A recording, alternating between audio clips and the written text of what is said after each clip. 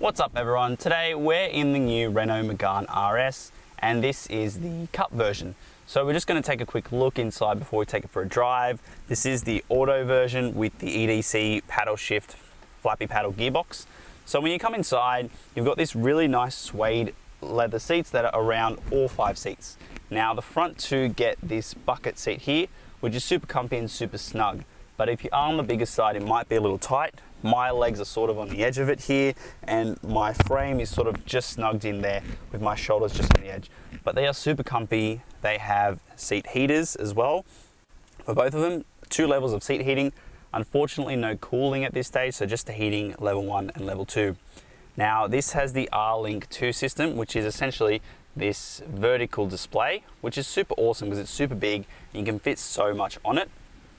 Now, it does have Carplay and Android Auto, which is awesome because on Carplay now with iOS 13, you can fit a map on the top and then your audio down the bottom without having to change apps. So you can have 2 open at the same time, which is super cool. The R-Link system, it could be a little bit more responsive. The touch displays aren't the best for the volume. Could be a little bit quicker, but apart from that, it is a great system. You can change all the colors and it integrates well with the dash, which is super cool because it's so big and digital. So the middle is digital, and then the left is your temperature and the right is your fuel, which are analog, but the middle is this big digital cluster with the speed in the middle, the rev counter, torque and power, and a few other features that you can add there. And depending on what mode you're in, if you click into race mode, so here you've got a little RS drive button. If you click sport, race, so 5 modes: sport, race, personal, comfort and neutral.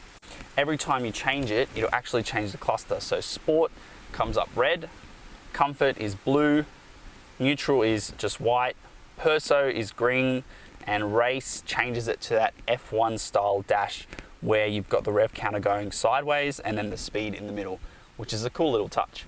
Now you've got a lot of carbon fiber look around the car. Here, Renault Sport there, carbon fiber here as well. You do have Bose speakers in this, which are awesome. There's a few around, there's one up the top there, here, and at the back. And they're one of the best speakers for cars because they're so clear. They could be a little bit bassier, but apart from that, they're super crisp. The mids and the trebles are awesome, and it just sounds super good. You've got dual climate as well, which you can adjust from here.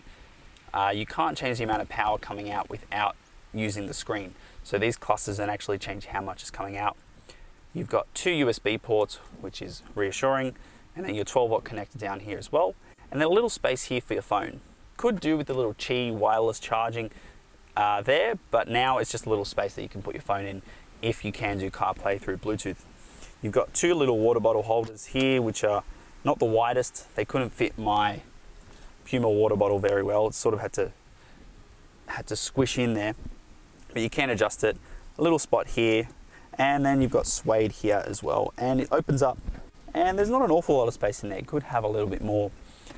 Now, because this is a hot hatch, you're not going to have the most amount of room in the back. I put my seat fairly back and there probably isn't enough room for someone with decent sized legs. I'd probably have to sit at about there, which is a bit snug, to have someone comfortably sit in the back. Now, you've got a nice steering wheel, all leather as well. It does flatten off a little bit there. I do like the flattened steering wheels, it just feels a bit cooler.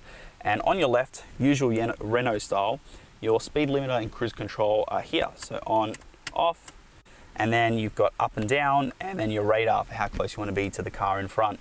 Then you have behind the wheel, as Renault does, for the volume and track options, and then your little options on the right side of the wheel.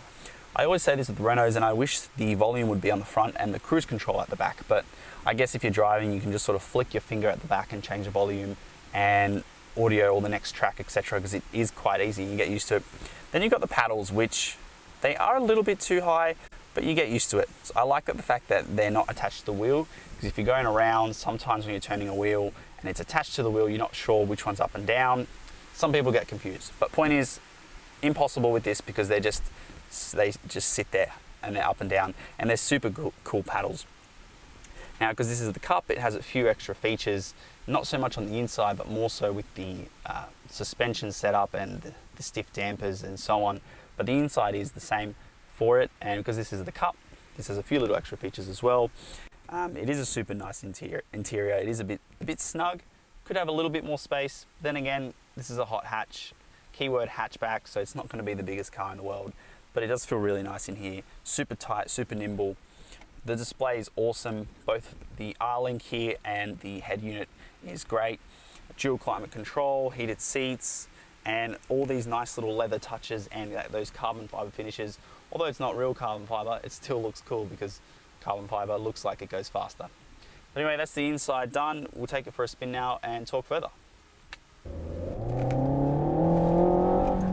Holy, that is such good control. Oh my gosh. How is that recording yet? Alright, so Renault's put in their new 1.8 four-cylinder turbo engine in this, which puts out 205 kilowatts of power and 390 newton meters of torque. So it peaks at around 6,000 RPM is when you're going to get maximum power, and you'll start to get max torque at around 2,400 RPM. So fairly early for these turbos. Max speed is 255 kilometers an hour, although I don't know where on a road you would be going that fast unless you're in Germany. 0 to 100 is rated at 5.8 seconds, but I'm sure many people can get that quicker. Renault usually underestimates how quick they do the 0 to 100s. And basically, because they've got the RS monitor, you can track all your times, although that might be forged to make you think you're going quicker than you're going. It's got a few modes here. You click the RS Sport button and you've got Sport, Race, Personal, which is basically custom, Comfort and Neutral. So there's plenty of modes to have a bit of fun in this. I'm in Sport mode right now, which is good because you can hear the rumble a bit, which is super, sort of, no, it changed to Neutral, which is not as exciting. We've got to stop here for the road. Now, driving in the different modes, you click the RS monitor, RS drive, sorry, you click it and it goes straight into Sport. Then it shows the car on the display. You can, from there, you can click Race, which shows the little F1 dash, which turns ESC off and traction, and Comfort and Neutral. So you can't actually, you can hold this RS drive button down and go into Race. Now, Sport and Race are so much more responsive than the other modes. The throttle just livens up so much more. The suspension gets much stiffer and the handling just becomes insane. Now, sure, Comfort and Neutral are great for every day, save a bit of fuel economy, but Sport and Race is where it livens up. That's what you're going to get this car for. If you're taking it for a spirited drive, you want it at the very least Sport to keep traction and ESC on, because Race turns those off. And you can hear the note, the exhaust note livens up as soon as you go to Sport and Race.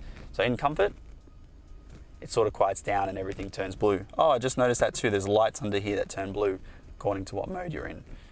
Perso, and they turn green. That's cool. You can't really see it, but that would be cool at night. Cool lightage in here. Now, these paddles are super responsive. Renault does an unbelievable job with the paddle shift. They shift up and down gears so ridiculously quick, especially when you're downshifting. It will rev match as well, so it'll kick the revs up to match the speed of the engine as well, which does a super good job, especially if you're on the track or taking it around some windy roads. Chuck it in Sport and Race and go from there. Race, be careful because ESC and traction is turned off, so it might be a little bit dangerous. The exhaust note is the best in Race and Sport. You'll hear it once we start driving. Now, because this is the Cup version, it does have the Cup chassis and the suspension, which is firmer springs, shock absorbers that are much firmer, and longer bump stops. So all that means is that it's just going to be firmer, it's going to be a bit more nimble around corners, and you can tell straight away, this Cup version just holds itself super well because everything is stiffer. Sure, you'll feel it over bumps, but you don't really care when you've got a car like this, because wherever it goes, for a front wheel drive, this is probably one of the best that you can get, because it just sticks its nose into the corners so perfectly well. And it's got a mechanical limited slip diff at the front, which just means that transfer of power and torque is just spot on perfect. Now I'll take it so you can hear the exhaust. Sport, we're in Sport now, so you can hear it a little bit better. It is a much more deeper note when you're in Sport as opposed to the other modes, which are boring. Thing is with the exhaust though, is that once you lift off, it'll always do the same amount of bub bub bub. It'll go like a bub. I'm sure you can hear it a lot more outside, but I sort of wish you could hear it a little bit more on the inside, because it's not perfect. It's great, don't get me wrong, but it could have a little bit more of a bub bub bub. And when you hear those massive farts, That'll be when you're full throttling and then you're letting off and changing gears. So it's not that often that you'll hear crazy farts. One of the best things I can recommend is, because I used to own a Renault Clio RS, is a res delete. $100 mod. It's the simplest thing. Don't be worried if you're not a modder or you're not used to changing things about your car. It's literally one of the simplest mods you can do, and you just get the resonator out. Any exhaust shop will do it for $100. If they're doing more, they're probably ripping you off, and it'll just make it so much better. It'll make the bops and it'll make the exhaust and the farts so much better, because this is a DSG. It's going to do the DSG farts, the dual clutch, and it just sounds really cool. So there's the bop in the exhaust. I'll get it a bit from here. See, because I revved it a bit higher, you could hear it fart really loudly out the back, and I love that. It's super loud. It's like a snap. It's actually a really good snap. One of the best stock ones for a car of this type, like a little hot hatch. The i30N is great as well. Put it into first. Okay, so hold it into first, rev it all the way in manual, and then go to second, and you'll hear that massive fart at the end, and then the bop, the little burble of that DSG in the exhaust note. It's a great exhaust. It is great. I honestly can't complain much, but if you do want a little bit more, just a tiny bit more, a res delete is sort of the way to go. We'll go down this way. Now the handling is superb in this thing, absolutely superb, because it does have that limited slip diff. Even though it's front wheel drive, Renault does handling so ridiculously well. I've driven a lot of Renaults and they are just insane, especially with the Cup chassis. Even the standard chassis is still very good, but the Cup just makes it insane. The new Trophy R has beaten the new Nürburgring time around the ring, and the Nürburgring got a new fastest front wheel drive car. So you can tell that they're putting a lot of effort into here, and with Renault, the F1 tech, not sure how much they put into here, but with Nissan as well, they put a lot of effort into these cars to make sure they handle well. And you can tell straight away, they are nimbly, they are agile, and they just go exactly where you want them to go. Sure, the suspension is a bit firm, but it doesn't really matter. You're getting a lot of power from these cars. The power is great, and the lag from the turbo is very small, which is what I love.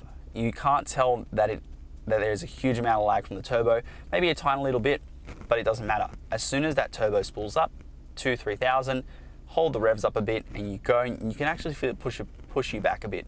I've driven a few other competitors, some that have all-wheel drive, and sure, they're fast, they get a lot of traction well, but they're not as exciting as this. This is cheaper, and you're not going to be able to even tell the advantages of an all-wheel drive in 99% of your driving, unless you're tracking it and going up and doing that insane cornering where you will need the benefits of an all-wheel drive. But because this does have the limited slip diff, it's just insane. It just holds it so incredibly well around corners, so tight and nimble, and just goes like a snake wherever I want it to go, which is what I love. And anything else that you've got around the safety, you've got the blind spot monitors on each side, you've got the forward collision assist, which stops it from going to the car ahead. It actually tells you how many seconds you are from the car ahead, which is a cool little feature as well. And it's got lane keeping and all those other little features too. You also have four-wheel steering, which is what helps the steering be so great. Now, Honda's been doing that for many years, but Renaults without four-wheel steering already handle insanely well. So you just imagine a Renault with four-wheel steering and that limited slip diff, and it is just spot on. If you're thinking about a daily / track car, this is it. This just pushes the boundaries of what a front-wheel drive can do. It just makes it so fun. You can hear it. It just throws you back in your seat and gives that awesome exhaust note. It just makes you smile because you're driving a front wheel drive car that costs under 50 grand. This is 53 grand Australian, brand new. Off the line, you could probably get them for 5-10K cheaper if you find a demo now. And it just, that exhaust note is just so good. Even in sport now, it's just doing its job so well. We'll put it into comfort, not that it's going to be any fun. And yeah, it's much more boring, but it just feels like an everyday car now. You can't really tell that there's much going on. You can give it a bit of a hit, and it'll still go. It'll still liven up in comfort, neutral, personal, custom, and just give it a hit. which is good if you're in the city and you don't want to use race mode or sport mode and you just want to give it a bit of a hit. A little bit of a burble. It does take longer for the turbo to spool up, but it's still very good. And the fuel economy, well, Renault claims 7.5 litres per 100. Not sure how true that is. If you're in the city, expect to get between 10 and 13. If you're in sport and race mode, splack that up even more. Then if you're doing a bit of a mixture, you could probably return around the 8 mark if you're doing a mixture. Now, it does have start-stop. As you can tell, we're driving in comfort mode. Start-stop won't work in sport and race.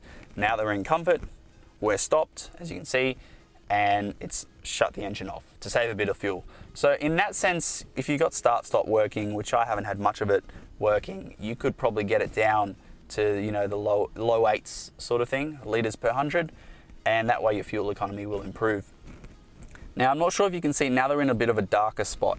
You have these awesome lights. So they go all the way around the back and through the sides of the car and on the dash. Now I'm gonna put red for RS mode, which is in sport.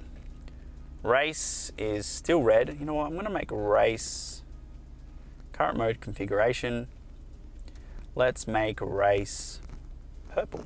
There you go, purple, green, red, yellow, blue. So you can change the coloring for each of them, which is super cool.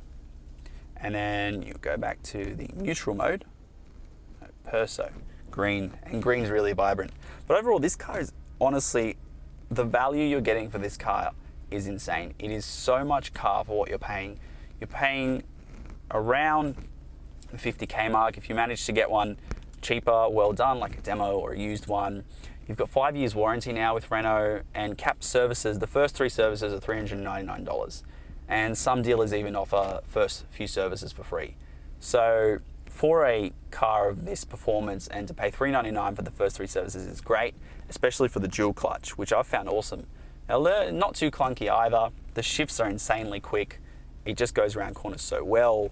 Obviously it's going to be quicker than your leg shifting gears and your hand. I mean, I don't know how fast you are, but this can do them in 100 milliseconds sort of thing. Like, it's the click and it's already changed gears. The rev matching is awesome. The amount of performance you're getting in this, sure, there are other cars with a lot more power, all-wheel drive and other things like that, but honestly, 99% of the time, you're not even going to be feeling the amount of power those cars give you, and the all-wheel drive system isn't going to be kicking in anyway. It's just going to be using the front wheels for most of the time. But this handles better than some all-wheel drive cars I've driven, and it just does a superb job. And in this tonic orange color, they call it, you stand out from the crowd a bit. I mean, sure, you've got the white and black, it looks good, but when you see this color, you know it's an RS. And also people look at this car and think, it's not a Golf, it's not a Hyundai, it's not a Toyota, it's not a Mazda. It's unique, and I think that's what I like about it. Given the amount of features it has, all the features make it unique, let alone the badge and the color and that middle exhaust, which is awesome. It's got the 2 exhausts in the middle, the big diffusers, the limited slip diff, the Bose speakers, the paddles, that awesome exhaust note. It's just an all-round awesome car. I love driving this car. This is one of the reasons I used to own a Clio RS, a fairly new one, which just took me back to those days. So I'm not biased in any way because I got rid of it, I don't own it anymore. But this one just feels like that, but even better because it has a lot more power, a lot more tech, and because it's modern with all the technology. But anyway, there it is. Thanks for watching, and don't forget to like, comment, and subscribe.